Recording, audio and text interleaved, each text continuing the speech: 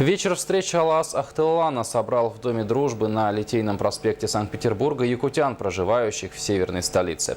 Мероприятие прошло при поддержке Постпредства Республики в Санкт-Петербурге. Организаторами выступили представители Нюрбинского района Якутии, отличник культуры и отличник социальной службы Якутии Розалия Михайловна Тихонова и ветеран педагогического труда, член Союза журналистов России Аксинья Егоровна Степанова.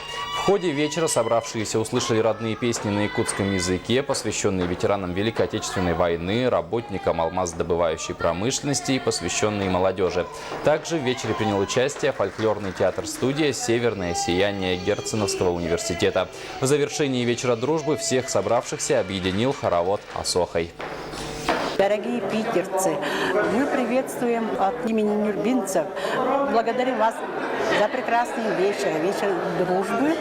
И хочется особенно поблагодарить представительство Республики Саха-Якутия в Санкт-Петербурге. Весной, в мае этого года, группа наших детей и учителей побывали здесь, в Питере, объездили города-герои и побывали на озере Ильмень. И я хочу выразить благодарность за то, что очень тепло они встретили.